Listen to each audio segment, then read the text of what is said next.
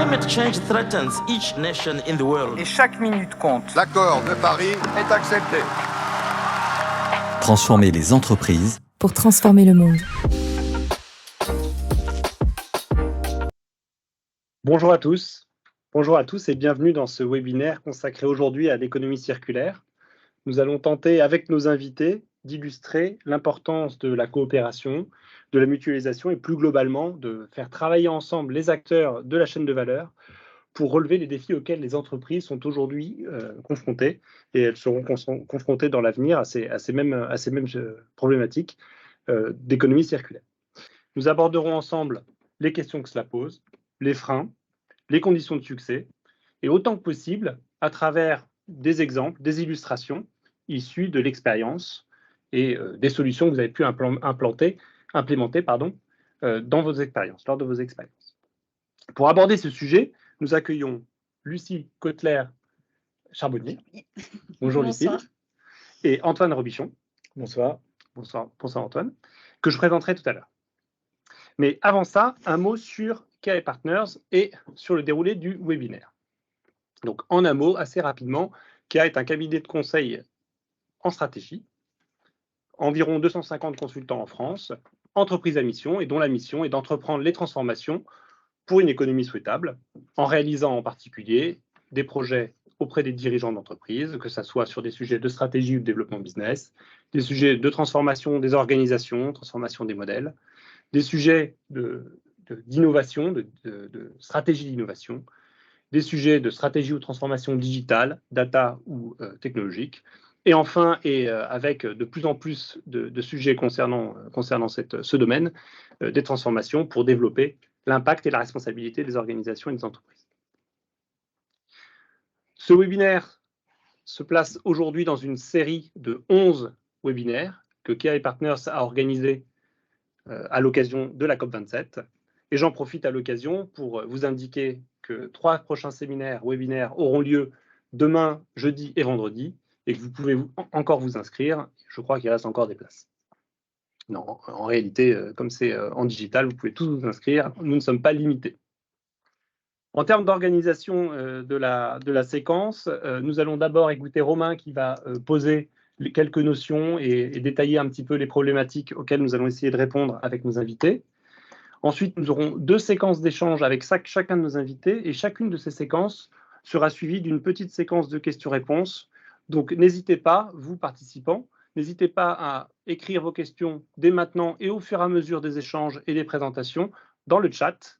Et nous aurons un intervenant qui viendra parmi nous tout à l'heure pour poser les questions le moment venu. Voilà. Si je reviens à nos invités, nous accueillons d'abord Lucille. Lucille, tu es directrice RSE et développement durable de Placo et Isover, 2 marques du groupe Saint-Gobain qu'on ne présente plus. Tu es actrice du développement durable depuis maintenant plus de 15 ans et tu as développé pendant ta carrière de nombreuses filières de recyclage dans l'industrie du bâtiment, dont je crois l'une d'elles fête cette année ses 15 ans. Mais tu nous en parleras un petit peu plus tout à l'heure. Et si nous avons la chance de t'avoir parmi nous, c'est aussi parce que nous avons eu l'occasion de travailler avec toi dans la mise en place et dans le développement des liens entre Isover Placo et ses parties prenantes. Preuve que la coopération au sein de la filière est une préoccupation pour toi depuis de nombreuses années. Nous accueillons également Antoine Robichon. Antoine, directeur général adjoint de Citeo, en charge de la stratégie et des opérations. Nous y reviendrons, mais en un mot, Citeo est ce qu'on appelle un éco-organisme qui opère sur le périmètre des emballages ménagers et des papiers graphiques, et avec lequel nous travaillons maintenant depuis plus de 10 ans. De ton côté, tu as fait quelques années de conseil avant de rejoindre Citeo pour négocier en 2010 les conditions financières avec les pouvoirs publics.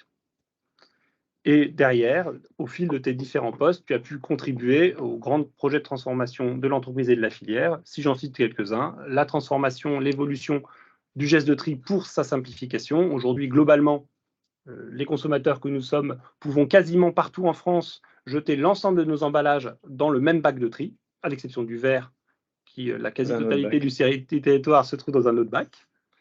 Un autre projet a consisté en la fusion entre Ecofolio, qui était la filière du papier graphique, et Eco-emballage, qui était la filière des emballages ménagers, pour créer ce qu'on appelle aujourd'hui Citeo. Un autre projet consiste à développer chez Citeo, mais ça va être la préoccupation de beaucoup d'éco-organismes, une culture client. Et en 2016, tu as participé à préparer l'entreprise à l'arrivée de la concurrence.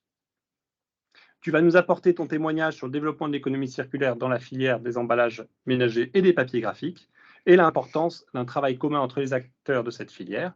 Et en particulier, tu pourras illustrer la coopération entre la distribution et les industriels pour relever les défis du passé, les défis d'aujourd'hui, mais également les défis de demain. Pour compléter ce plateau, Romain Lenay et moi-même, qui portons au sein du cabinet l'ensemble des développements sur ces sujets d'économie circulaire. Pour commencer, Romain, je vais te laisser présenter quelques notions d'économie circulaire et détailler un petit peu les problématiques que nous allons traiter avec nos invités. Merci Olivier. Alors, revenons tout d'abord rapidement sur la notion d'économie circulaire qui rentre petit à petit dans le vocabulaire commun des entreprises. Alors, depuis quelques décennies déjà, nous avons vu le modèle linéaire de production et de consommation atteindre peu à peu ses limites. Alors, celui-ci qui consiste à, vous le voyez, extraire, fabriquer, consommer et jeter, il repose sur la consommation de matériaux et d'énergie qui sont peu chers et accessibles en grande quantité. Alors, les derniers événements, qu'il s'agisse de la pandémie ou qu'il s'agisse du conflit en Ukraine, ont démontré et ont confirmé qu'il fallait plus vite se tourner vers un modèle alternatif. Alors, celui-ci, que nous qualifions de circulaire, vise, lui, à produire des biens et des services de manière durable en limitant la consommation et le gaspillage des ressources et l'impact sur l'environnement tout en développant les bien-être des individus. Cela consiste à multiplier les boucles d'utilisation de ces matières prélevées de manière à maximiser leur utilisation. Et pour le dire autrement, c'est découpler la croissance économique avec l'utilisation des ressources. Donc, du point de vue de l'entreprise et au-delà de sa responsabilité sociétale, ce changement de modèle, il est nécessaire, il est pertinent à plusieurs titres. Le premier titre, c'est que de plus en plus de ses consommateurs, de ses clients et de ses collaborateurs réclament des modèles plus vertueux. Le deuxième, c'est parce que c'est une source de création de valeur, à la fois parce que c'est une source de différenciation, de création de nouveaux modèles économiques, de nouveaux services. On a vu beaucoup de modèles se développer autour de l'usage, de la seconde main, et ça peut être aussi une façon de réaliser des économies, économies d'approvisionnement de matières premières, économie d'approvisionnement en énergie, ou voire de valoriser des sous-produits qui aujourd'hui n'étaient pas encore. C'est aussi une façon de réduire ses risques. Encore une fois, je l'ai cité dans les chaînes d'approvisionnement qui ont été assez mises à mal ces derniers temps. Maîtriser sa filière, en tout cas une partie de sa filière d'approvisionnement, c'est moins dépendre d'approvisionnements qui sont lointains. Enfin, si ces premiers leviers étaient peut-être pas assez contraignants, la réglementation elle-même se charge aujourd'hui d'imposer un cadre au niveau européen et au niveau français pour inciter les entreprises à développer, intégrer plus de matières, développer du réemploi. On reviendra dessus tout à l'heure. Alors, comment faire ? Aujourd'hui, il existe plusieurs leviers pour passer de ce modèle linéaire du tout jetable à un modèle plus circulaire. Au-delà de la gestion durable des ressources, c'est-à-dire faire extraire et faire appel à des ressources qui viennent d'exploitation plus raisonnée, on cite 4 principaux leviers. Puis je compléterai peut-être avec 2 leviers par la suite. Le premier, c'est l'éco-conception. Alors derrière ce terme un peu technique se cache quelque chose d'assez simple. S'il s'agit de concevoir des produits qui sont plus durables, en s'assurant par exemple qu'ils peuvent être facilement réparés, voire réemployés et in fine recyclés, je pense qu'on reviendra sur cette notion, moins impactants, en incorporant des matières premières recyclées et donc en limitant le prélèvement des matières premières naturelles. Deuxième levier, c'est la consommation responsable. C'est comment aider les consommateurs à faire des choix éclairés en partageant des standards, en communiquant, par exemple, on a tous entendu parler de l'indice de réparabilité qui est arrivé l'année dernière et qui s'est étendu aujourd'hui, qui s'étendra dès cette année à d'autres produits. Et donc, en fait, ou la mise en place d'encore de labels. Donc, c'est guider les consommateurs et les aider à faire des choix éclairés en termes d'économie circulaire.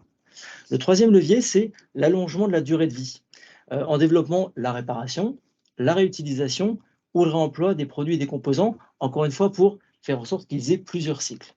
Et enfin, en bout de chaîne, le tri, le recyclage, la valorisation et les actions de prévention qui vont avec, puisqu'il s'agit à la fois d'aider le consommateur à développer ce geste de tri, et puis s'assurer qu'on met en place les filières de collecte de tri qui permettront d'aller chercher ce qui aujourd'hui est encore parfois considéré trop souvent comme un déchet et qui peut être transformé en ressource. Voilà, donc Ensuite, pour être complet et communément on cite d'autres leviers, je reviendrai sur l'économie de la fonctionnalité, qui est le fait de favoriser la vente d'un service plutôt que la vente d'un produit et de favoriser l'usage, ou encore l'écologie industrielle et territoriale, qui consiste à laisser des entreprises d'un même territoire finalement mutualiser, se concerter et optimiser la gestion de leurs ressources, stock et flux de matière, d'énergie ou de services. Voilà, alors qui dit ambition dit objectif, qui dit objectif dit indicateur. Aujourd'hui, évidemment, on a défini, en tout cas le ministère a défini un certain nombre d'indicateurs pour mesurer les progrès réalisés en matière d'économie circulaire. J'en partage juste un avec vous, qui est le taux de circularité, qui est finalement la part des matières recyclées et réintroduites dans l'économie. Alors, au niveau mondial, vous voyez qu'on est à moins de 10%, donc c'est pas terrible. Au niveau français, on est meilleur, ça a légèrement augmenté ces dernières années. On est encore loin du compte avec 22,2%. Ce qu'il faut aussi que vous reteniez comme chiffre, c'est qu'aujourd'hui, pour créer 1 euro de richesse, on doit utiliser 338 grammes de matière. L'objectif du gouvernement, c'est de faire réduire ce montant de 30% entre 2010 et 2030. Vous voyez encore un long chemin à faire et justement, on est là pour en parler. Alors, je m'arrête peut-être ici sur la définition de l'économie circulaire pour venir peut-être à la question qui nous réunit, qui est finalement comment travailler ensemble pour des modèles économiquement et environnementalement soutenables. Alors, avant d'aller peut-être sur le comment, laissez-moi encore 1 minute, et je vous promets après c'est terminé, pour aller sur le pourquoi. Alors, je vais prendre juste un exemple. Pourquoi, en fait, il est nécessaire de travailler ensemble et de collaborer. Je prends l'exemple, Lucille, ça va te parler, qui est, par exemple, une fenêtre. Alors, c'est pas isolé placo, mais ça reste dans le monde du bâtiment. Imaginons une fenêtre qui serait vendue aujourd'hui pour être installée dans un immeuble en construction. Aujourd'hui, dès sa conception, il est nécessaire d'anticiper comment il va être démonté. Comment il va être démonté, c'est est-ce que les entreprises du curage vont être capables de le démonter aisément. Et puis ces entreprises, elles ne démontent pas que les fenêtres de cette marque-là, elles en démontent d'autres. Et donc si on avait des process de démontage qui étaient un peu homogènes, je pense que ça pourrait faciliter le démontage. Il faut anticiper exactement la collecte.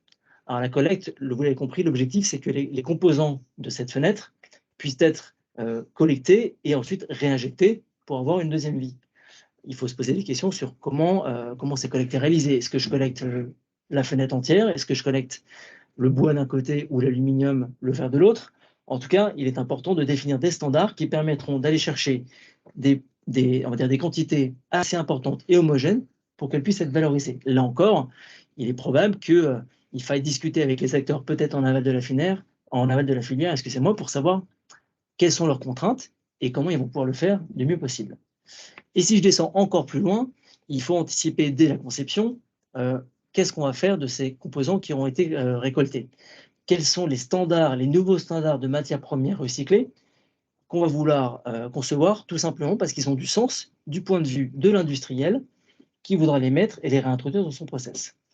Et là encore, ces standards et ces normes, il faudra qu'ils soient acceptés par une large majorité, en tout cas une part significative d'industriels, pour qu'on puisse avoir des sommes conséquentes, des masses conséquentes, et qu'on puisse faire les investissements en R&D pour les développer. Donc vous voyez bien qu'il ne s'agit pas encore de savoir comment, mais le pourquoi est assez clair. Il est nécessaire de travailler probablement au sein de sa chaîne de valeur, plus en aval ou en amont, de toute façon comme c'est circulaire, c'est d'un côté ou de l'autre, voire peut-être avec certains de ses concurrents, on verra si c'est pertinent ou pas selon les cas. Alors, j'en viens tout de suite au cœur et en tout cas une certaine problématisation de notre sujet. Parce que comment travailler ensemble, c'est une bonne question, mais ça en pose au moins 3. On a listé 3 qui vont nous permettre d'aiguiser un peu les questions qu'on va ensuite transmettre à nos invités. La première, c'est comment préserver le jeu concurrentiel et d'innovation, puisqu'en fait, on est en train de dire qu'une partie de la chaîne de valeur pourrait être mutualisée, en tout cas nécessite une certaine collaboration ou une standardisation. Est-ce la fin du jeu concurrentiel, voire de l'innovation? On regardera ça un peu plus tard. Deuxième question, c'est quel positionnement stratégique adopter sur la chaîne de valeur? Lorsqu'on crée ces nouvelles filières, on crée des nouvelles activités, est-ce qu'il faut qu'on le fasse soi-même? Donc on internalise. Est-ce qu'il faut qu'on externalise? Est-ce qu'il faut qu'on crée des partenariats stratégiques, des JV? Comment on collabore en amont, en aval, et avec quel partage de la valeur? Peut-être que les cartes s'en trouvent redistribuées. Ça ne va pas être très simple. Et troisième sujet, finalement, comment on incite les parties prenantes à collaborer et à créer ces activités communes? Alors communes en tout cas, qui peuvent être partagées ou un peu standardisées. Souvent, elles nécessitent des investissements.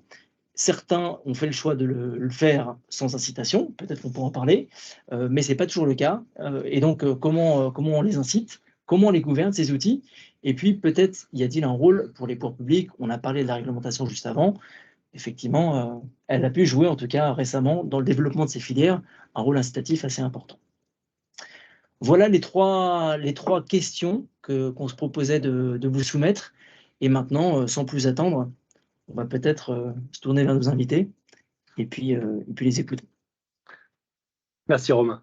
Le décor est planté, les questions sont posées et sont claires, je crois. On va commencer, Antoine, si tu le veux bien, par une série de questions qu'on voudrait te poser. Les questions qu'on voulait poser concernent Citeo, mais plus globalement ce que sont les éco-organismes. Alors pourquoi? Parce qu'on considère que quand on pense à mutualisation, coopération au sein d'une filière, en particulier celle en grande consommation de l'emballage ou du papier graphique, l'éco-organisme paraît un endroit où on a réussi à travailler ensemble entre concurrents et avec la filière au développement de solutions, mais tu détailleras les réussites de cet objet. Mais avant de rentrer dans la première question que je voudrais te poser, permets-moi juste de faire un petit détour pour qu'on comprenne bien tous ce qu'est un éco-organisme. Ce n'est pas forcément évident pour tout le monde. Très rapidement, je vais essayer de faire court. Donc, pour comprendre ce qu'est un éco-organisme, il faut d'abord revenir à un principe fondateur qui est le principe de responsabilité élargie du producteur. C'est un principe qui est apparu dans au début des années 90 et qui a été ancré en 92 pour définir ce que c'est précisément que ce principe de responsabilité élargie du producteur qui a été rapidement appliqué à l'emballage ménager. Donc, c'est pour ça que c'est intéressant de repartir de là. Donc, ce principe, quel est-il? Les metteurs en marché d'une catégorie de produits, de déchets, ou en l'occurrence là, d'emballage, qui génèrent des déchets, doivent prendre en charge la gestion de ces déchets. Alors aujourd'hui, c'est élargi à finalement la gestion de l'ensemble du cycle de vie, donc de l'ensemble du déchet sur son cycle de vie, donc ça nous permet de remonter à l'éco-conception, mais c'est comme ça qu'il avait été expliqué et posé au départ. Alors on voit bien que c'est une extension ou un complément au principe initial qu'on a introduit dans les années 70 du principe de pollueur-payeur, c'est-à-dire que le consommateur était le seul à devoir se débrouiller avec ses déchets d'emballage, et là on a rajouté une responsabilité au producteur de ce déchet d'emballage. Et donc, il y a une espèce de co-responsabilité entre différents acteurs de la chaîne de valeur pour traiter ce déchet d'emballage. Voilà. Ce qui est important peut-être de savoir, mais je ne vais pas prendre longtemps, c'est que ça a été initié entre les pouvoirs publics et les industriels, puisque ce principe est né sous l'impulsion de deux grands capitaines d'industrie que sont Antoine Riboud et Jean-Louis Beffat. Voilà, toujours, on y revient. De ce principe fondateur, comment finalement on a réussi à en tirer des éléments beaucoup plus concrets. C'est assez simple, c'est que le législateur, assez vite, l'a traduit en obligation pour le metteur en marché. Donc les metteurs en marché ont tout un tas d'obligations. Je ne vais pas toutes les décrire, parce que ça me prendrait trop longtemps, mais on connaît l'obligation d'éco-conception dont tu parlais, Romain, et de prévention. Il y a des obligations de R&D, de recherche pour trouver des nouvelles solutions. Il y a des obligations de traitement. Donc, voilà, il faut s'occuper de la collecte, il faut s'occuper du traitement, il faut s'occuper de la reprise de ces matériaux. Voilà. À toutes ces obligations, je dirais, assez communes et classiques et historiquement posées pour les metteurs en marché, sont venues s'ajouter des nouvelles obligations qui sont soit déjà en place, soit qui vont venir dans les prochaines années. On pense aux obligations de soutien à l'investissement pour développer des dispositifs plus performants. On pense à des obligations de soutien aux dispositifs de réemploi qui seront dans la filière emballage ménager en place à partir du 1er janvier. On pense aussi à la gestion des déchets abandonnés, de déchets qu'on appelle déchets sauvages, souvent. Voilà.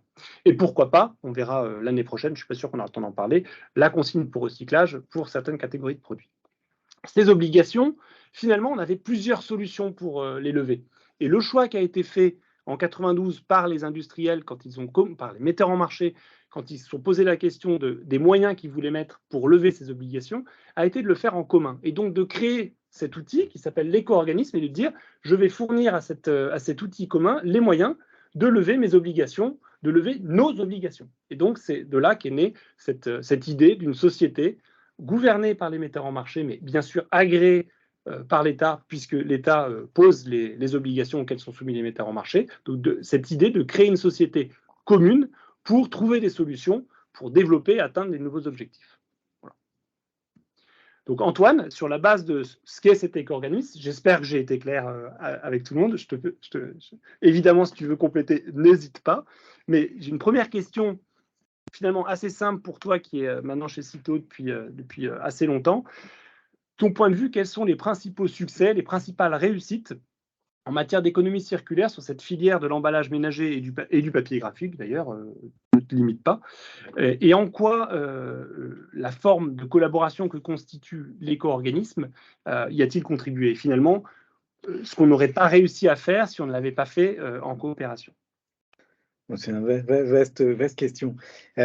Juste une précision sur l'éco-organisme, tu dis c'est des sociétés privées, hein, qu'il n'y ait pas d'ambiguïté. Effectivement, ensuite, elles ont un agrément d'État. En fait, je pense que tout à l'heure, dans ce que vous exposiez sur l'économie circulaire, l'éco-organisme, les filières REP, tu as beaucoup employé le mot obligation, mais je voudrais revenir sur la notion de responsabilité au départ. On voit bien que là, le législateur, il a donné une impulsion. Après, je reviendrai un peu sur les difficultés quand les obligations s'additionnent, ça crée aussi d'autres problèmes. Mais finalement, en créant ce système de responsabilité, ça a donné un signal très fort ce qu'on appelle les metteurs en marché, hein, donc les gens qui vont utiliser une ressource, là en l'occurrence pour les emballages, puis après pour les papiers, de dire vous devez vous en occuper après sa première vie. Finalement, l'emballage, il est là pour protéger un produit. Qu'est-ce qui va rester? C'est quoi la trace et comment vous vous en occupez? C'était ça qu'a écrit le législateur, qui a donné cette impulsion-là. 30 ans après, où on en est? Aujourd'hui, on a à peu près 70% de taux de recyclage des emballages. Tout matériaux confondus, hein, donc ça cache des disparités entre les matériaux, mais on a plus de 2 emballages sur 3 qui vont retrouver une nouvelle vie, soit dans l'emballage, soit dans d'autres types d'applications, par exemple dans le BTP, on en retrouve, et ça c'est intéressant parce que ça permet de moins prélever de ressources, et au passage, généralement, moins utiliser d'énergie, parce que pour extraire ces ressources, c'est souvent très énergivore, donc on gagne sur les deux tableaux, ressources et énergie, donc moins d'émissions carbone. Ça, c'est quand même un véritable succès, même s'il ne faut pas se reposer sur nos lauriers. Il y a plein de nouveaux défis dans la filière, mais on a réussi ça. On l'a réussi aussi en installant, ce qui est un succès, je pense, en soi, parce que là, on parle d'objets grand public, un geste de tri, une nouvelle manière d'usage. Donc, pour les plus anciens d'entre nous, ils avaient peut-être l'habitude, pour les emballages en verre, de les remettre dans un petit casier qui allait être rempli.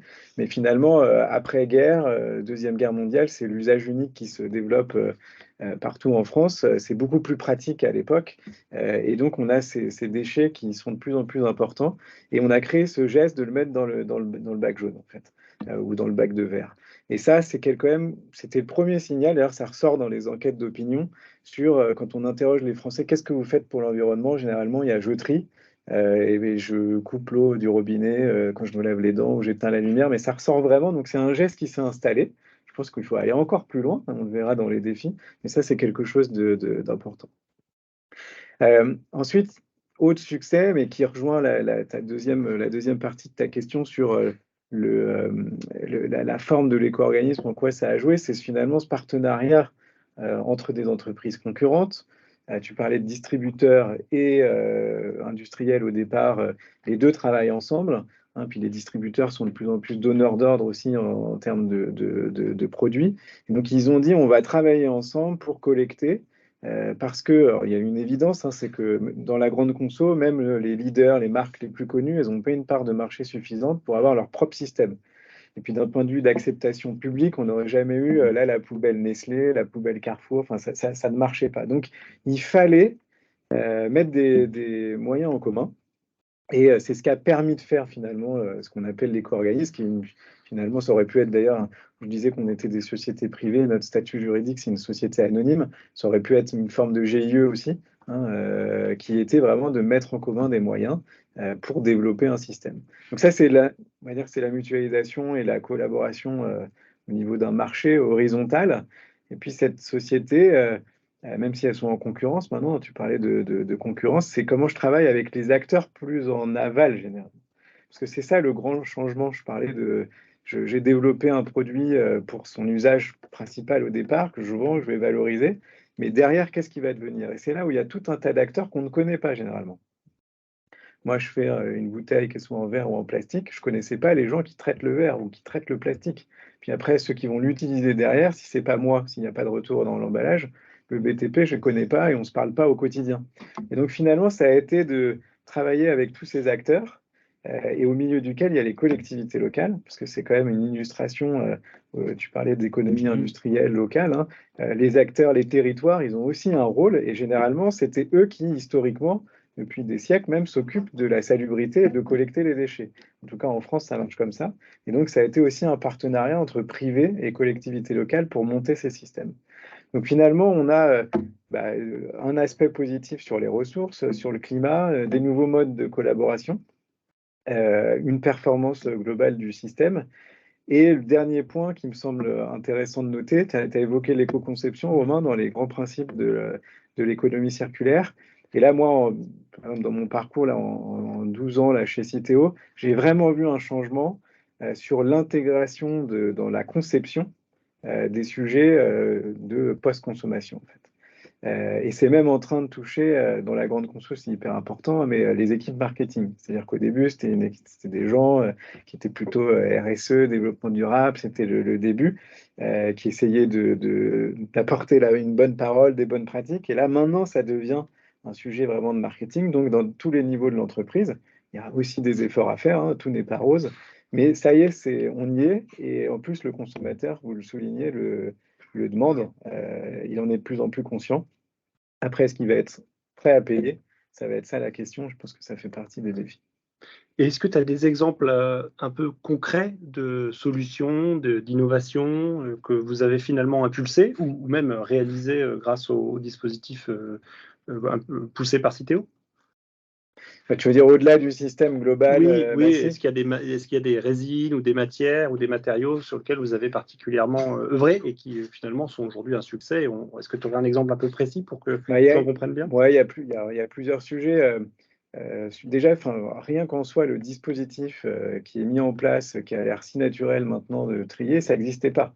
Il y avait la collecte du verre, mais avant, il n'y avait rien d'autre. Et derrière, c'est pas qu'un bac jaune, hein, c'est pas un camion qui passe, c'est un centre de tri avec des technologies de tri de plus en plus perfectionnées, hein, des technologies optiques, on parle même d'intelligence artificielle dans la poubelle. Donc, ça veut dire aussi qu'il y a de la valeur parce que finalement, c'est des gros investissements derrière. Donc, on arrive à en tirer quelque chose. Et là, on y a participé, hein, c'est aussi cette mutualisation de moyens, c'est sur la R&D. Ça a été de développer des filières de recyclage. Le sujet du plastique, c'est vraiment un enjeu aujourd'hui de société. Parce que là, on le voit sous l'aspect pollution, il avait aussi plein d'intérêts parce qu'il est léger et qu'on en fait plein de choses. Mais parce qu'on en fait plein de choses, on a envie d'innover, on a envie d'y mettre les adjuvants nécessaires pour vraiment la fonctionnalité de mon produit. Qu'est-ce que ça va faire derrière? Ça, c'était une autre question. Et donc là, on a contribué à un peu trouver des filières de recyclage pour chacune des résines plastiques. Et puis, on en est même à se dire, est-ce que aujourd'hui, il faut multiplier les résines? Est-ce qu'il ne faut pas commencer à un peu standardiser les choix pour justement cette question de la post-consommation? Donc, tu vois, ça, c'est des illustrations. Et puis, je pense une autre qu'on voit peut-être moins, où il y a certaines bouteilles d'eau, on le voit très bien, c'est la réduction. Parce que là, j'ai beaucoup parlé de recyclage. Mais le fait de consommer moins de ressources, hein, la base même de l'économie circulaire, c'est aussi cette attention-là, consommer moins de ressources. Et aujourd'hui, on a un allègement des emballages par tête, par colle. Et ça, c'est hyper important. Okay. Peut-être une deuxième question, parce qu'après nous avoir illustré les succès, les réussites, je suis sûr et nous sommes sûrs que quand on travaille avec tout un écosystème d'acteurs pour trouver des solutions, on est confronté parfois à des difficultés, voire des freins, des oppositions. Et quelles sont les oppositions ou les freins que vous avez pu rencontrer les 30 premières années de Citeo dans la mise en place ou dans le développement de ces solutions? Et finalement, comment vous avez réussi à les contourner ou finalement à les dépasser? Il faut rester court en plus, parce qu'il y en a eu des difficultés en 30 ans. Il y en aura encore. Et il y en aura encore. Finalement, des systèmes où il y a beaucoup de gens qui coopèrent, déjà, il y a un sujet d'inertie quand même, hein, dans la décision. Alors, on peut le voir de manière aussi positive parce qu'il serait délicat de prendre, vu l'impact que ça a, puisqu'on parle d'une filière, de tout un système, de prendre des décisions à la hâte. Mais parfois, le temps est vraiment long. Et c'est là où comment on trouve l'équilibre, comment on se met d'accord dans un système où tout le monde n'a pas exactement les mêmes intérêts. Donc il faut vraiment à un moment une volonté qu'on parle des intérêts communs, comment les gens se dévoilent. Et voilà, et ça génère beaucoup d'inertie, avec en plus parfois une tendance, une autre difficulté au régulateur qui doit impulser les choses. On l'a vu, hein, la création de la REP, c'est le régulateur. Mais s'il commence à faire beaucoup de lois, beaucoup de règles qui changent, ça ne laisse pas le temps aux acteurs économiques, et j'inclus même d'ailleurs les collectivités locales, hein, de faire les bons choix d'investissement. Parce que tout ce qu'on évoque, Romain, tu disais c'est créateur de valeur, c'est aussi des coûts. Même si le consommateur, en tout cas dans ce que je connais de la grande conso, demande donc quand on l'interroge d'avoir des produits toujours mieux, le sujet du prix est un sujet crucial. Donc comment on fait les bons investissements, les bons choix, il faut une forme de stabilité de la régulation, et ça parfois on a plutôt tendance à l'accélérer, à vouloir changer en permanence, c'est pas facile. L'harmonisation, alors on revient est-ce qu'on doit standardiser, s'harmoniser là, on parle de la France, mais la plupart des grandes marques, tout à l'heure, j'en ai cité quelques-unes, elles sont à l'échelle européenne. Si chaque pays aussi a ses propres fonctionnements, c'est pas facile. Et même au niveau français, quand on parle du consommateur, je pense qu'on y a tous été confrontés à un moment. On part en vacances, on n'a pas le même geste de tri, les mêmes couleurs de bac. C'est très bête, hein, mais ça gêne un peu parfois pour trier. Donc ça nuit à la performance. Et cette harmonisation, elle est aussi difficile à obtenir. Donc, voilà, l'inertie, l'harmonisation, aligner les intérêts, une régulation qui change, ça, c'est des choses qui sont difficiles. Et l'aspect économique, parce que tout ça, c'est bien, mais ça coûte quand même de plus en plus cher. Un système comme les emballages, aujourd'hui, ça coûte 1,5 milliard d'euros par an. Donc, ramener au prix d'un emballage, que ce soit pour un yaourt, une bouteille, même un ordinateur, ça commence à pas être négligeable. Et on est dans des secteurs là où la valeur ajoutée de l'emballage, elle n'est pas énorme. Donc, le poids économique que ça représente, c'est toute cette équation qui, en permanence, faut jouer avec pour embarquer le plus grand nombre. Parce que dès qu'on commence à avoir un groupe important qui se retrouve lésé, ça bloque. Ok, très clair. On va pas avoir beaucoup de temps, mais je voudrais quand même te poser une dernière question un peu d'ouverture. C'est finalement, on a compris, on a commencé à comprendre les enjeux de coopération, de collaboration, et finalement la solution qu'est l'éco-organisme pour les sujets que tu as évoqués. Mais en quoi est-ce que l'éco-organisme peut être une solution pour les enjeux de demain? Donc d'abord, quels sont les enjeux de ton point de vue sur cette filière qui va se présenter dans les années à venir, et en quoi l'éco-organisme peut également être une solution? Mais pas forcément que ça. Oui, alors je vais reprendre juste la fin. L'éco-organisme, je pense que ça a une utilité claire, hein, ce rôle. Tout ne peut pas reposer sur lui. On parle bien là, avant tout, avant même l'éco-organisme, de la responsabilité du metteur en marché. C'est à lui de faire ses choix. C'est lui après sur lequel la pression économique repose. Donc il faut bien établir qui est responsable de quoi, puis plus en aval, les collectivités, les opérateurs de déchets, ils ont aussi leurs responsabilités. D'ailleurs, ce partage des responsabilités, il n'est pas toujours évident, mais c'est là que l'alignement des intérêts est important. Sur les défis de demain, pour être rapide, hein, mais on a parlé du plastique, ça reste un énorme enjeu. Comment on va vraiment recycler, collecter tous ces plastiques. Le recyclage, c'est une question de technologie et d'investissement de plus en plus massif. Donc, il faut derrière que les usines soient approvisionnées. Donc, on tombe sur le deuxième problème qui est la collecte. Certes, on a un geste de tri de plus en plus déployé, mais certainement, il faut aller plus loin. Donc, ça va poser des questions d'incentive, de consignes. On en a combien aujourd'hui en trieur systématique? De gens qui trient tous les jours? Déclaré, on est à plus de 70%. Aujourd'hui, je pense qu'on est plutôt à 50%. 50%. Donc le chemin, d'où les 70% de taux de recyclage. Mais Ta question sur les trieurs, en fait, c'est un geste volontaire, hein. Donc, on a l'éducation à l'environnement, on a plein de choses pour continuer d'entretenir ce geste. Je disais que je le citais comme un des succès.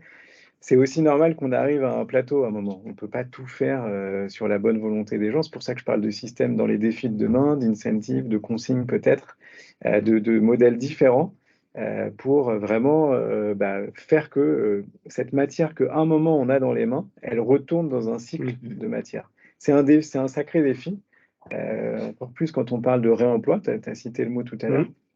Il y a une pression et des lois d'ailleurs pour réutiliser l'emballage, hein, le re-remplir, qui amène aussi des questions sur l'usage de l'eau. Finalement, quels sont les bons indicateurs à utiliser pour évaluer la performance environnementale? Je pense que ça, c'est un sujet clé et pas être dans l'émotion quand le législateur dit on va là ou on va là. Il faut vraiment qu'on soit toujours objectif. Énorme enjeu pour demain. Donc, choisir les bons indicateurs. Mais par exemple, sur le réemploi, si on veut que ça marche d'un point de vue environnemental, on sait qu'il faut qu'il y ait une rotation des emballages qui soit très importante. Si vous faites une bouteille pour le réemploi et qu'elle a 1 ou 2 cycles, c'est une erreur par rapport à l'usage unique. Donc, il ne faut pas qu'on se trompe. Et derrière, ça induit des changements de gestes pour les gens. Imaginez vos courses où vous devez tout ramener les emballages au supermarché. Ce n'est pas évident. Donc, on est dans ces changements qui sont sociétaux et qui ont des impacts business. Ça, c'est les défis de demain. Ok, merci beaucoup Antoine. On arrive au bout du temps qu'on s'était donné pour cette première séquence, qu'on voudrait terminer avec les questions du public. Alors je vais demander à Thomas Delaprelle, qui est avec nous dans l'équipe qui développe ces sujets-là au sein de KEA, de venir nous poser les questions qu'il a pu relever dans le chat ou dans le public. Ouais, alors Antoine, j'espère que je vais être un bon ambassadeur des questions qu'on a eues. Il y a 2 questions que je retiens. Une première sur la différenciation. Tu as beaucoup parlé de ce travail en commun, notamment sur le recyclage. Quelle place ça laisse aux marques, aux industriels pour innover et se différencier, et notamment dans un contexte où on sait que leur communication sur ces sujets elle est de plus en plus critique vis-à-vis de leurs clients. Première question.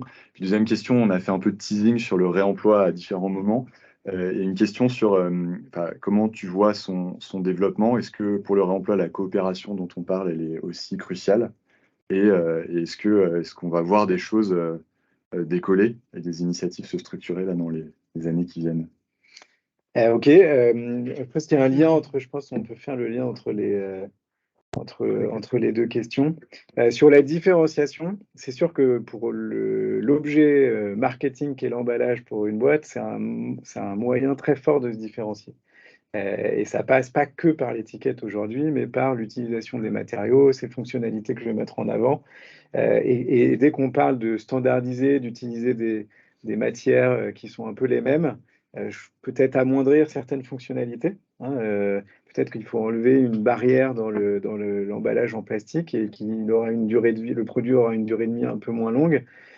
C'est pas facile du coup de dégrader un usage et de se différencier comme ça. Donc en fait, ce qu'on est en train de dire, c'est que l'emballage, si on veut vraiment avoir une économie circulaire, il va être un peu moins différenciant. Et je pense que ça va être un équilibre à trouver entre l'attente du conso qui est que cet emballage il soit vertueux, en tout cas qu'il ait une trace la plus neutre possible, et à un moment de se différencier que par là, qui induit des conséquences sur le plan environnemental. Donc pas facile, mais je pense de plus en plus quelque chose qui va être demandé. Et donc je pense que c'est pour ça d'ailleurs que les directions marketing, elles sont aujourd'hui, elles ont une équation pas facile à résoudre entre la différenciation par l'emballage et à un moment un emballage qui aura le moins d'impact. Pourquoi je fais le lien avec la deuxième question sur le réemploi?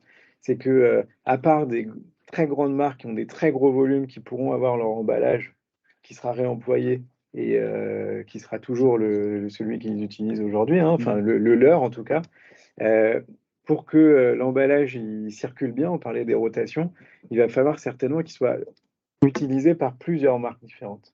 Et donc là, on arrive sur la standardisation de l'emballage et la question de, oui, mais du coup, je me différencie qu'avec l'étiquette. Je pense que là, on est encore dans cet équilibre entre, si la demande du conso, c'est le réemploi, il faut passer par là. Et peut-être que ça va générer aussi des nouveaux champs d'innovation sur l'usage, sur comment j'amène mon conso à vivre cette expérience-là. Enfin, je pense qu'on a des contraintes qu'on n'avait pas avant. On est dans ce monde fini, on veut faire attention à ces sujets environnementaux. C'est hyper important. Et ce monde de contraintes, il va générer des nouveaux champs d'innovation, tant en termes d'usage que de solutions techno. Alors moi, je crois beaucoup à ça. Et donc, pour terminer et être court sur où on en est sur le réemploi, aujourd'hui, il y a plein d'initiatives. Elles ne sont pas encore à l'échelle. Le grand enjeu, c'est de passer à l'échelle. Pour passer à l'échelle, il va falloir trouver ces outils de coopération. Il va falloir que des gens se mettent à travailler ensemble.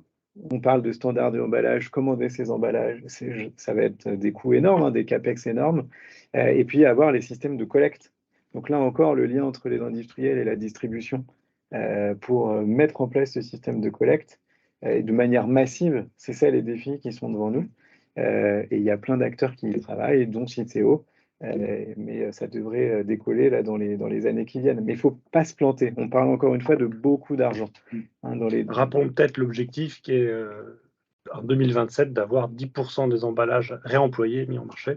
Oui. Ce qui correspond, je crois que tu as donné le chiffre tout à l'heure, mais sur 100 milliards d'emballages, ça veut dire une dizaine de milliards d'emballages qui devront être des emballages réemployés. Donc on voit la hauteur de la marge, tant qu'aujourd'hui, on n'est pas loin de 3%, même si on n'est pas sûr du chiffre actuel. Gros enjeu. Merci Thomas. Merci. Merci beaucoup Antoine pour tes réponses. Avec plaisir. Sur ces sujets qui finalement touchent autant les entreprises que les consommateurs que nous sommes. Exactement. Et Romain, je te laisse continuer notre deuxième séquence. Voilà. On change un peu de monde, on reste dans le sujet de l'économie circulaire, mais on passe plutôt dans le monde du bâtiment. Donc je me tourne vers toi aussi. C'est intéressant d'ailleurs parce que moi je suis en train de perdre ma voix. Ce qui est intéressant, c'est que vous n'avez pas attendu l'arrivée de la REP et des obligations finalement chez Saint-Gobain pour construire ces filières de recyclage de certains de vos produits. Alors pourquoi quelles ont été les principales difficultés et finalement comment tu analyses aujourd'hui l'impact, les résultats d'un point de vue économique et environnemental? Alors c'est vrai qu'on a commencé pour Placo sur les plaques de plâtre il y a 15 ans maintenant. En fait, à l'origine, on a commencé bien avant parce qu'on recyclait nos déchets de production et nos usines ont eu un rendement en matière bien meilleur et donc on a eu une surcapacité de nos outils de recyclage tout simplement. On s'est dit, pourquoi pas proposer de récupérer aussi les déchets du BTP. Et donc c'est comme ça qu'on a commencé à récupérer les plaques de plâtre sur les chantiers, avec au départ un tout petit noyau de personnes, des collecteurs, entreprises familiales qui voulaient jouer le jeu et qui s'étaient dit que finalement, eux, ils n'avaient pas de zone d'enfouissement, donc ils payaient. Pourquoi finalement ne pas récupérer, collecter proprement, trier et rapporter ces plaques chez nous? Donc ça a commencé comme ça. Et puis, de fil en aiguille, on a monté tout un réseau. Donc, aujourd'hui, Placo Recycling qui vit ces derniers mois, puisque l'entrée en vigueur de la REP fait que notre réseau de collecteurs deviendra un réseau agréé par les éco-organismes. Notre réseau de collecteurs, aujourd'hui, c'est 200 collecteurs en France, qui sont souvent des entreprises familiales pas bien grosses, mais qui sont capables de rapporter de façon qualifiés, consolidés. L'année dernière, ils nous ont ramené plus de 67 000 tonnes de plâtre. Voilà, donc c'est ce qui correspond à un peu plus du 10e du gisement. Donc voilà, c'est comme ça qu'on a commencé. Puis chez Isover, on a joué à la même chose il y a 5 ans, en se disant, maintenant, on a un outil qui sait recycler la laine de verre de nos déchets de production à Orange, dans une de nos usines.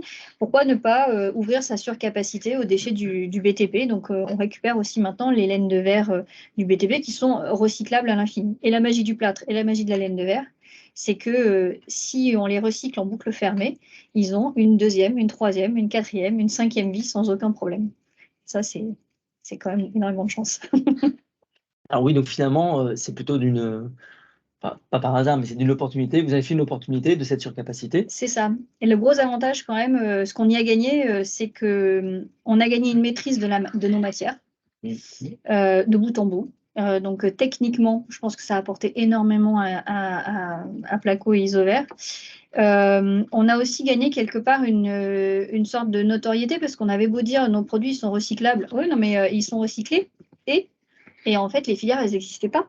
Et donc on les a montées, on a prouvé que non seulement c'était recyclable, mais c'était recyclé et qu'on savait le faire et qu'on pouvait le faire et qu'on le faisait. Et puis, enfin, ça permet aussi finalement d'accompagner certains chantiers de rénovation de bout en bout. C'est-à-dire, je t'accompagne dans le démontage de certains matériaux, je les récupère et moi, je les réintègre dans une production que je suis capable de te livrer des nouveaux derrière. Et donc, ça fait une boucle vertueuse assez intéressante sur le marché. D'accord. Donc, vous vous y retrouvez aujourd'hui? Oui, alors financièrement, c'est encore compliqué, faut pas se mentir, parce que ces filières, elles commencent à être comment dire, financièrement viables avec un tonnage assez conséquent. Donc sur le plâtre, on y est, grosso modo, ça tient, K1KA. Sur la laine de verre, on en est très très loin, mais en même temps, ça a commencé il y a 4-5 ans. Et les contraintes du recyclage, de la collecte déjà de la laine de verre versus le plâtre sont juste pas du tout la même chose, parce que quand on collecte de la laine de verre, première chose qu'on fait, c'est on transporte de l'air. Donc, pour que ça devienne rentable logistiquement, il faut commencer par compresser la laine. Et donc, tout le monde n'est pas équipé d'une presse à balles. Voilà. Donc, ça prend un peu plus de temps. Et puis, il y a la conduite du changement. Il faut accompagner sur les chantiers les personnes en leur expliquant que ces déchets, en fait, c'est de la matière et que cette matière, elle a une valeur et que non, il ne faut pas tout mélanger dans la benne et qu'il faut bien garder ce qui, sur un chantier à la base, dans le bâtiment, est déjà trié parce que voilà, il faut le garder tel quel, trier et le mettre de côté proprement pour qu'on puisse derrière le réincorporer. Alors justement, tu as commencé à parler des acteurs un peu plus en aval, des acteurs qui font du démontage, de la collecte. Pour construire ces filières, avec qui et de quelle façon vous avez collaboré? Alors, tu as parlé d'entreprises plutôt familiales, Oui. en aval, des partenaires, des préparateurs. Quels ont été les défis en fait que ça représente? Parce que est-ce que c'est uniquement sur la volonté, la bonne volonté, ou comment ça s'est passé? Et je poserai la question puisque Antoine nous disait qu'il y a eu beaucoup de collaboration aussi avec les concurrents, en tout cas avec des acteurs d'un même écosystème. Est-ce que c'était le cas et pourquoi? Alors chez nous, il n'y a pas eu de collaboration avec les concurrents. Ça a été Placo Recycling s'est monté tout seul, enfin tout seul, qu'avec Placo. Et en fait, on a eu c'est à la fois une chance et à la fois un défi qu'on a des usines qui sont installées dans 3 coins de France. Hein. Donc, on en a une dans le sud-est à Chambéry, une dans le sud-ouest à Cognac et puis une en région parisienne. Et ces usines, elles ont gravitent autour d'elles un certain nombre de collecteurs, en fait. Et donc, on est allé d'abord voir les collecteurs du coin et en rencontrant les uns les autres, on a réussi à créer ce groupe de personnes qui finalement avaient envie d'agir ensemble, de tester, de voir si ça marchait, de proposer quelque chose de nouveau. Et donc, c'est à la fois une chance et à la fois quelque chose d'extrêmement complexe à gérer pour un groupe de notre taille, c'est que derrière, on a une myriade d'interlocuteurs, du coup. Et c'est ce qui en fait sa richesse. Et le recyclage, c'est du local. Hein. On ne transporte pas des déchets sur des milliers de kilomètres, ça n'a absolument aucun sens. Donc, c'est vraiment des communautés locales qui se créent autour du site avec toute la valeur ajoutée que ça a. Et on ne recycle pas de la même façon dans le sud-est, dans le sud-ouest et en région parisienne, ne serait-ce que parce que nous, on n'a pas les mêmes usines. Donc, on a des usines avec des générations différentes, des usines qui fonctionnent de façon différente parce que la matière première d'origine, qui est le gypse, était différente. Et donc voilà, donc en plus, on a 3 fonctionnements différents. D'accord, mais par contre, auprès de ces acteurs-là, il a fallu mettre en place des systèmes de collecte, de préparation qui soient assez homogènes, par contre. Alors, oui, le cahier des charges, c'est grosso modo le même. Il varie un tout petit peu. L'usine du Sud-Ouest fonctionne un peu différemment des deux autres, mais le cahier des charges, c'est à peu près le même. Toute la formation sur chantier, c'est la même. Donc, on a fait un nombre de déplacements sur chantier. Moi, dans mon équipe, j'ai 2 personnes à temps plein qui sillonnent la France. Ils se sont divisés la France en 2, une au nord, une au sud. Et ils sillonnent la France à la fois chez les collecteurs et sur les chantiers pour apprendre à trier. Apprendre à trier la plaque de plâtre, apprendre à reconnaître une laine de verre versus une laine de roche. Donc, c'est un enjeu pédagogique phénoménal. Et c'est sur la laine de verre, la laine de roche, grosso modo, on est en petite section de maternelle, quoi. On a encore une phase d'apprentissage assez conséquente. Le plateau, chez nous, il n'est pas encore atteint, quoi. Et c'est long. Et c'est long. Mais c'est d'une richesse extraordinaire. Et puis, on apprend, nous aussi, énormément parce que aujourd'hui, on ne recycle pas la plaque de plâtre comme on le faisait il y a 15 ans. On a commencé tout petit l'année dernière et ces 2 dernières années, on a fait des investissements massifs pour passer à la phase supérieure parce que grosso modo, notre système d'amateur ne marchait plus. Vu les tonnages qu'on recevait, ça tient plus. Et puis, on a modifié nos recettes de production. Donc derrière, maintenant, il faut qu'on s'assure d'un approvisionnement de recyclés conséquent, en bonne quantité, en bonne qualité, et ainsi de suite. Donc il faut que toute la chaîne suive, quoi. Il faut que ça tienne bien. Donc on a un enjeu majeur où les éco-organismes, les matériaux de construction l'année prochaine ont un enjeu majeur, faire en sorte que ça tienne. J'allais y venir justement, puisqu'on passe pour que ce soit pertinent d'un point de vue économique et environnemental, il faut passer à l'échelle. Oui. C'est-à-dire que pour vos propres besoins, mais pour que, in fine, toute la filière se développe et qu'on ait un taux de recyclage plus important. Est-ce qu'à un moment, ça va nécessiter d'y associer d'une façon ou d'une autre les autres acteurs de cet Oui. écosystème? Et qu'est-ce que l'arrivée des éco-organismes va changer? Qu'est-ce que ça pourrait apporter? Alors, il y a plusieurs choses. En fait, en effet, pour que les filières tiennent, il faut qu'à un moment donné, sur le plan économique, ça tienne. Donc, Placo Recycling a pendant longtemps subventionné un certain nombre de choses du fait qu'on acceptait de faire en sorte que les collecteurs vivent de quelque chose, alors que potentiellement, ça ne tenait pas franchement la route jusqu'au bout sur le plan économique. Donc, on a fait ça. Maintenant, on a atteint des volumes qui font qu'il n'y a plus vraiment besoin de le faire. La REP va supprimer ce sujet-là, puisqu'en fait, en tant que metteur sur le marché, donc Placo Isover, on a deux casquettes. On a la casquette 1, je suis metteur sur le marché, donc je vais payer l'éco-participation. Puis il y a la casquette 2, de l'autre côté, je suis aussi un prestataire de l'éco-organisme, dans le sens où je vais récupérer une partie des déchets si je remporte les appels d'offres, et je vais pouvoir être un exutoire, donc réintégrer, préparer et réintégrer cette matière chez nous. Et donc, en fait, la chaîne, elle est relativement complexe, mais l'entrée en vigueur de la REP, elle va mettre tous les acteurs sur un pied d'égalité. Tout le monde va payer l'éco-participation, donc quelque part, que tous les acteurs aient envie de jouer le jeu du recyclage, in fine, donc de la réintroduction de matière ou pas, tout le monde au départ est logé à la même enseigne, c'est-à-dire que tout le monde fait cet effort de dire je participe à la création de cette filière, à sa fidélisation, à son rendu robuste. Et voilà. Donc pour nous, c'est très intéressant. Elle a une deuxième vertu, c'est que la REP matériaux de construction apporte une énorme incentive aux artisans, puisqu'ils vont pouvoir apporter leurs déchets séparés sans frais. Et donc, quelque part, pour eux, avant, ils payaient la mise en décharge. Là, c'est notre éco-participation qui va financer cette décharge. Et donc, on va avoir plus de matière. Donc, on va avoir moins besoin de courir après la matière. Ça ne veut pas dire qu'il ne faudra pas continuer la pédagogie sur le chantier, hein. Mais ça veut dire que quelque part, la matière, elle devrait arriver en plus grande quantité, un peu plus facilement. Le grand enjeu, ce sera la qualité. Parce que sur des déchets, typiquement sur la plaque de plâtre, quand elle est triée dès le début sur le chantier, on sait en valoriser 95-97%. Quand elle n'est pas triée sur le chantier et qu'elle arrive et que c'est un truc tout mélangé dans nos centres de tri ou dans nos centres de préparation, quand on arrive à en sortir 20-30%, c'est beau, quoi.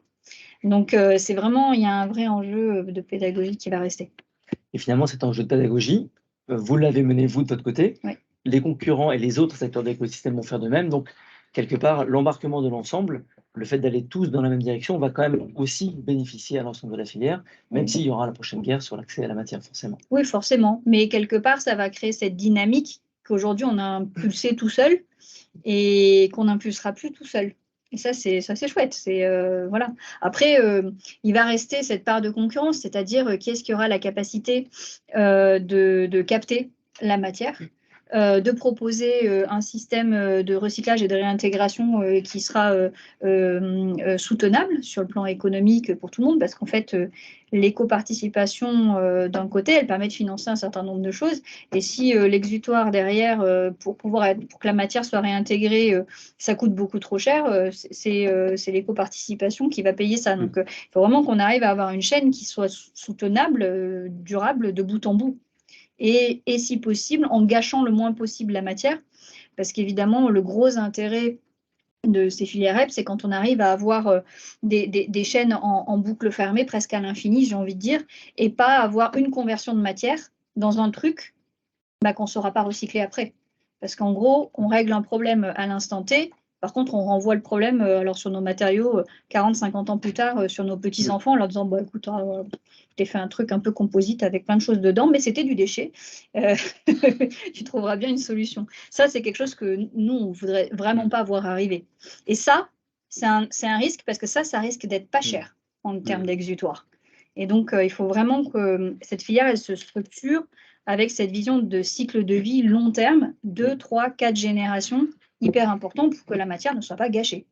C'est vrai que dans le monde de l'emballage, on a des cycles de vie qui sont peut-être plus courts. Là, la collaboration en aval de la filière, elle se fait peut-être 10, 20, 30, 40 ans peut-être en avance. Donc, vous êtes déjà en train de travailler avec certains des acteurs en aval sur ce qu'ils auront à recycler, à collecter, à préparer. Il y a des matériaux aujourd'hui qui sont en train d'évoluer très vite.